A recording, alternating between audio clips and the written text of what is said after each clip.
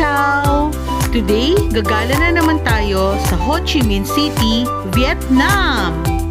Ang una nating papasyalan ay ang Saigon Central Post Office na kinonstruct between 1886 and 1891.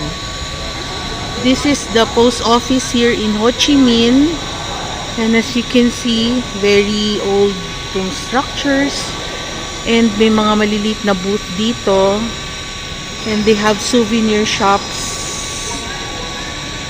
on the right side, and very nostalgic architecture. Even the tiles, very beautiful.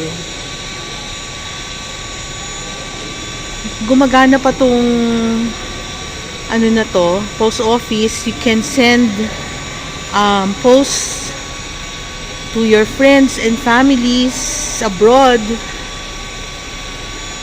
Yan, o, tingnan nyo. May mga nagsisend na mga posts. Ito, close pa tong souvenir. Pero ito yung hop on and hop off bus. Open na. Ang ganda. Ang gandang structure. And marami na rin turistang pumapasok.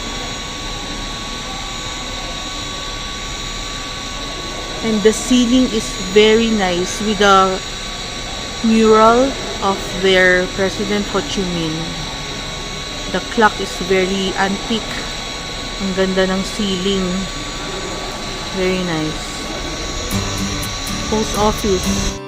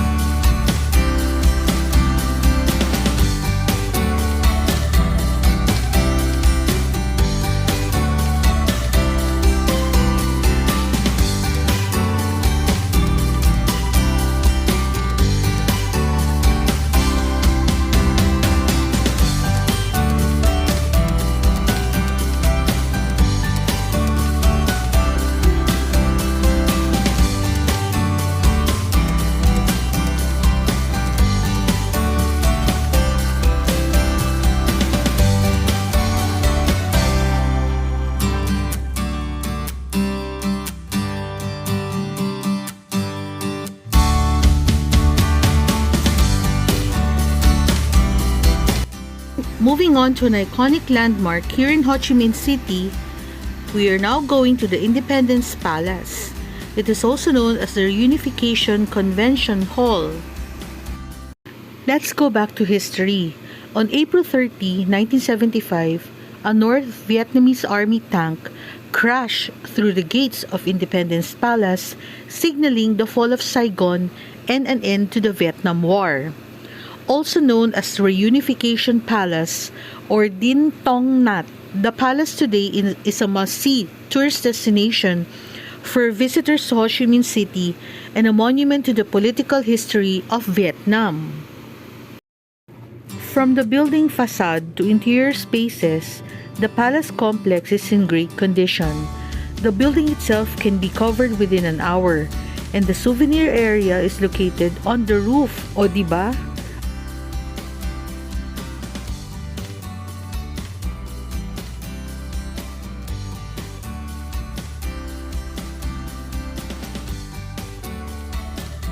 Gala pa more sa Saigon. Pupuntahan naman natin ang The War Remnants Museum. This museum contains exhibits relating to the First Indochina War and the Vietnam War. Formerly known as the Museum of Chinese and American War Crimes, the name was changed in 1990 to Exhibition House for Crimes of War and Aggression. In 1995, following the normalization of diplomatic relations with the United States and the end of the U.S. embargo a year before, the references to war crimes and aggression were dropped from the museum's title as well. Hence, it became the War Remnants Museum. We're about to enter the War Remnants Museum, mga ginamit na ammunition, mga aeroplano, helicopter, noong panahon ng gera dito ng Vietnam War. Yan, nasisilip na natin from outside. Makikita natin sa loob. See you guys in a bit.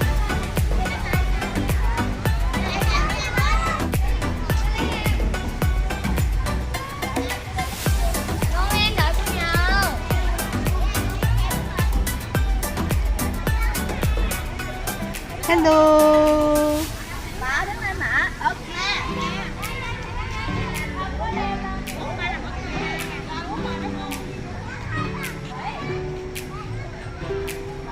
Entering, you'll see a museum souvenir shop to your right.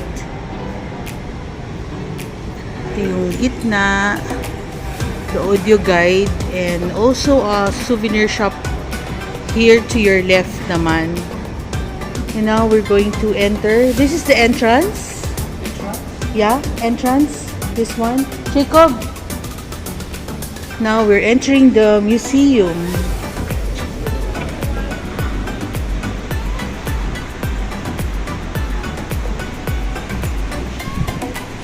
So they have here pictures of Vietnamese people during the war and the American soldiers, and the parachutes that was used during the Vietnam War.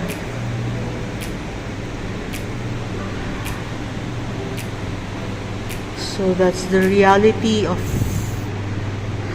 war. Very gory, violent. Yan, kagaya niya, no? Ang daming bala.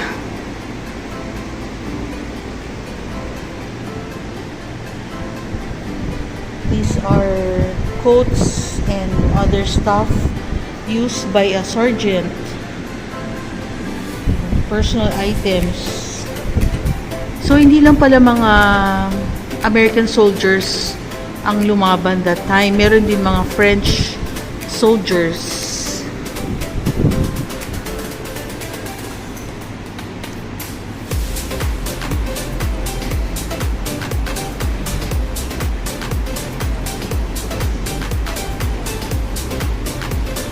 This one is an actual mortar and iba pang mga gamit ng mga sundalo.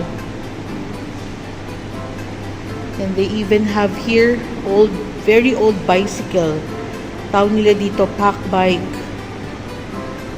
So mode of transport nila noong panahon ng gera. At marami pang ibang mga at ibang klaseng baril and ammunition. Ito may granada pa. Nakakatakot talaga ang gera. Or helmets used by the French soldiers, as well as compass, and this is a telephone used for communication yung nasa gitna. And damit, uniform ng soldier.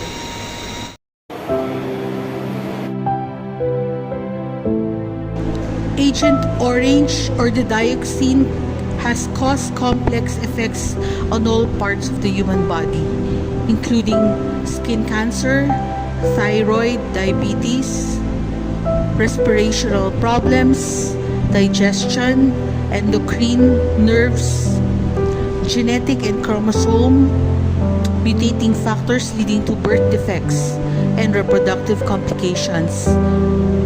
In children, there had been evidences of mental retardation, cancers, deformities, partial paralysis, dumbness, blindness, and deafness. In the aggression war in Vietnam, the U.S. Army used not only lethal weapons to cause casualties, but also toxic chemicals to destroy the livelihood of Vietnamese people and prevent the advance of their revolutionary armed forces. The US Army sprayed about 80 million liters of toxic chemicals, 61% of which was Agent Orange, containing 366 kilograms of dioxin, over nearly 26,000 villages with an area of 3.06 million hectares. Nearly a quarter of the total area of South Vietnam, 86% of the contaminated area was sprayed more than 2 times and 11% sprayed more than 10 times.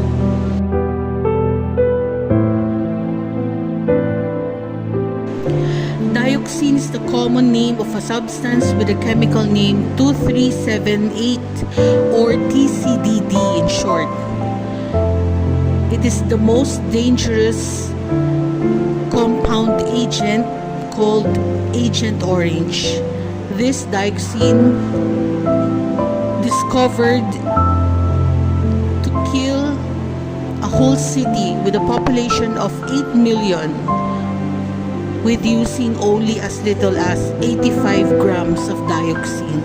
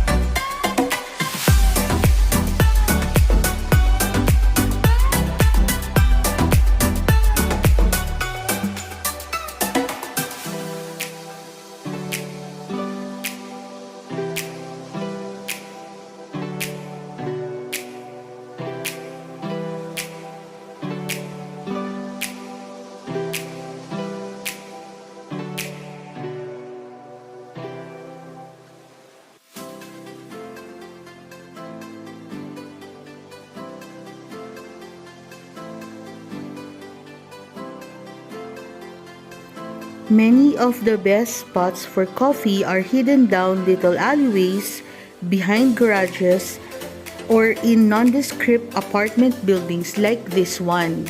This is an old apartment building wherein you can get your iced coffee or hot coffee and also be amused by the vintage decors of this apartment building. As you can see, these are all from the 70s to 80s era, like this TV and this stereo and the other displays. Very nostalgic itong vibe ng coffee shop na ito. As you can see, iced coffee ang in-order namin dahil super hot talaga at the time when we went there in Ho Chi Minh City. O may mga lumang damit pa and dresses na nakahang. See, mga old mga Vietnamese clothes. Okay, so it's very nice that in Vietnam you get to see this kind of quaint I might say antique coffee shops na vintage ang vibes. 갑자기 내게 나타나준 너, 난 아무 말도 할 수가 없었지. 첫눈에 반한다는 이야기가 널 보는 순간 이해가 됐어. 매번 야야야야야 불러 널 야야야야, 내 맘을 고백하려고 타이밍만 보는 나. 그런 나를 넌 보며 왜 그러냐고 묻네.